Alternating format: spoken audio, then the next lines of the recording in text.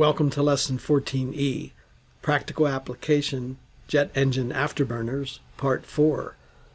This is the last of this series and the last lesson in this compressible flow video lesson series. So once again, here's Glen Coates. Hello everyone. We're getting ready to do Part 4 of this series. This is about the SR-71 Blackbird reconnaissance aircraft. This was an aircraft that was way ahead of its time. Let me show you some of the details here. It was the first ever dual cycle engine. It starts out as a turbojet and goes to a ramjet. Its top speed was about 2,000 miles an hour, and it cruised at about 80,000 feet. That's about 16 miles up. The ambient pressure at that elevation is only about 1.5% of sea level pressure, and the ambient temperature is down to minus 55 degrees F. This is an aerial view of the SR-71. You get a sense for the size of this vehicle. And then on the right is the view looking at the front end of the engine. A very impressive, very scary looking aircraft, if I do say so. And as we mentioned before, this is the first ever dual cycle jet engine, first of its kind. You also notice the color of this thing. It's black, and we'll explain that later on. It's to keep the vehicle cool so that it loses heat through radiation, because it's going to get really warm there, as we'll explain. And this is a view of the J-58 engine. Now, the picture that you're showing here was highly classified at one point, and the reason is, if you can see the tubes that the red arrows point to, those are bypass tubes, and when the aircraft reaches about a Mach of about 2.2, the turbine just gets in the way. You're not getting any more energy out of it, so what we do from that speed on is bypass the flow from one of the stages of the compressor into the very back end of the engine. Once upon a time, you couldn't show that because it was basically the secret of how this thing worked. Let's watch this video, and it's given by Tech Adams. We can't play the whole video because of copyright limitations, so I'll play a few clips here to give you an idea of the video. I would strongly encourage you to watch the full video. Here we go. The whole diagram is the complete engine nacelle made up of the airflow inlet, the Pratt & Whitney J58 engine, the convergent-divergent ejector, and the airplane body. At speeds below Mach 2, the J58 acts like any other afterburning turbojet engine. Air flows into the nacelle through the inlet, where it's allowed to diffuse behind the supersonic shockwave before moving into the multi-stage axial compressor, which looks like this, but bigger. Here the air is compressed before heading into the burner where fuel is added for combustion. The heated exhaust turns the turbine and provides the engine's forward thrust as it's accelerated to high speeds by the ejector. The turbine turns the compressor and keeps the engine cycle going.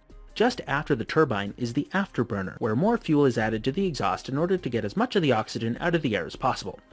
This is a view of a J-58 engine being tested in a test stand at night. On the left you can see that the metal is so hot, it's white hot, incredibly high temperatures. And then if you look at the discharge, you can see shock diamonds. It's hard for anyone who's never seen this before to experience the noise level and the heat that comes off this engine. It's staggering. This is what it looks like when the SR-71 Blackbird is about to take off. Take a look in the wake of the aircraft. You can see what looks like it looks like it's being mixed. It's actually, the air is turbulent because of the density differences from the heat coming off of the engine. And if you look at the right-hand side, you notice that the SR-71 requires full afterburner to take off. This thing weighs 85 tons, and it requires full afterburner to take off. And because it consumes such massive amounts of fuel, it has to refuel in flight almost immediately after takeoff. And there are 3 tankers assigned with each one of these things for them to complete a mission. And also notice they are able to do this after dark, which was a pretty good trick way back when, in the 60s, when this was being used. And this is what the SR-71 looks like in flight. Now, how in the world they got these pictures is a good trick, but you can see how high it is. And this is the view of the cockpit. It's amazingly cramped, and as we're going to find out later on, the cockpit has to be cooled to 0 degrees F or the pilot wouldn't survive. There's so much heating that the windshield is 600 degrees F. Now imagine sitting right next to, just a few feet from a wood burner, a wood furnace of some sort, and that's exactly what this is going to be like. You're sitting in cramped quarters in a very, very hot surface in front of you. We're so high up, in fact, 16 miles, that you can actually see the curvature of the Earth. This is when the craft is traveling at greater than 3.3 Mach, and it's quite clear the shape of the Earth from this vantage point. And once again, this diagram was not available for many, many years, back when this whole thing was classified. They would only admit that the SR-71 would fly above Mach 3, But the reality is, and you can see it from the curve, it actually travels faster than 4 times the speed of sound, Mach 4. And the cruise range changes with the elevation, as you can see the various curves. Just to put things in perspective, just how high it is that we're cruising, take a look at the red arrow. That's where the SR-71 flies. It's well above the Concorde, and you can see down lower on the right-hand side it says the death zone of Mount Everest. A human being cannot survive above that limit. And so it is even more so where the SR-71 flies normally. And you can look at the various levels of the atmosphere in this picture. It's amazing what this thing does and how it operates. Now here's another thing that's fairly significant about this aircraft. If you look at this picture, it shows the temperature of the skin of the aircraft, and it's all increasing because of the stagnation temperature. As we compress air, we're doing work on it. And so the surface temperatures can be approaching 1,000 degrees. The windshield has to be made out of quartz because it's at about 600 degrees F steady state. Now just to note, lead melts at 620 F, and wood auto-ignites above 400. And that is to say, if you put a piece of wood right next to the windshield, it would burst into flame. It's amazing. Now taking a look at the plot on the right, we can see the temperature increasing dramatically, and also the ram pressure is increasing as we get to Mach 4. It climbs exponentially. And here's how an SR-71 is forced to land. They have to use a chute because it's so streamlined that there's very little drag on this thing, and it requires a supplemental source of drag to slow it down. Just for perspective, look at the size of the pilot in relation to the airplane. The aircraft is 85 tons, and that's the little pilot right in front there. Now this is a pictorial view of world records that the SR-71 has achieved. It's amazing. London to Los Angeles is 3.5 hours basically, with a distance of about 5,000 miles, average speed about 1,400 miles an hour. Now the risks to the pilot are extreme. Number one, the pressure outside is extremely low. If there's a break in the spacesuit, the pilot's blood will boil. Why is that? Because the ambient pressure is so low that any gas in the pilot's circulatory system would off-gas and it would boil. And then there's extreme high velocity. If a pilot were to eject, the forces of the aero load would be crushing. And then there's extreme high temperature. The pilot ejecting out of one of these things will be subjected to air temperatures much bigger than 500 degrees F. It wouldn't last too long. And then also, and we'll look at this a little bit more later, if there's a malfunction of the inlet spikes, those are those pointed cones right in front of the engine, and if either one of them malfunctioned, there would be instantaneous uncontrollable flight and the thing could probably rip apart. It's important to note that during the life cycle of the SR-71, there were more than 4,000 missiles fired at it, all to no effect, because the aircraft was so high and visibility was such they could see a missile coming and they just step on the gas and outrun the missiles that are coming in. Now the advantages of high altitude, high Mach number flight. Missiles are ineffective against an SR-71. Number one, there's extreme low density of the air, which makes the fins on a missile nearly non-functional. It's almost impossible to steer a missile when their target is in an atmosphere of 1.5% atmosphere. The fins don't work. And also you should note that at its cruising altitude, an SR-71 travels an arc of 90 degrees across the sky in about a minute.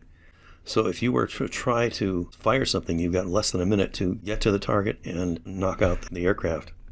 And these were reconnaissance aircraft, and using state-of-the-art photography at the time, they could photograph 100,000 square miles in an hour. It was amazing at the time. And finally, fun facts. Speed record is 2,100 miles per hour. Coast-to-coast flight was achieved once in just over an hour. It could fly from St. Louis to Cincinnati in 8 minutes, and it covers 2,500 miles in 90 minutes. Second, the engines are almost as powerful as ocean liners. There's 3,400 pounds of thrust from each engine. It requires almost 700 horsepower just to get one of the engines started. The gross weight of these vehicles is 170,000 pounds, basically 85 tons. It's hard to imagine. The aircraft has to use parachutes to assist the landing. Stall speed is 175 miles an hour, and you're going to run out of runway very quickly if you don't use them. Dr. Edwin Land, who was an inventor of the Polaroid camera, was the lead on the photography that was done with Blackbird. It's also interesting to note that the plane grows in flight. It gets so hot, as we pointed out before, that the actual aircraft grows at about 1 foot while it's in flight. The in-flight fuel burn was 44,000 pounds an hour, and the on-ground light-off fuel flow rate was, imagine this, 30,000 pounds an hour to light this thing, and it all went off at once. Picture a flow with 30,000 pounds an hour and you throw a match in it, and that's what this was like.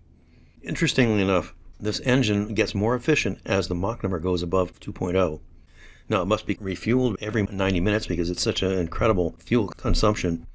There are 3 tankers assigned with each plane.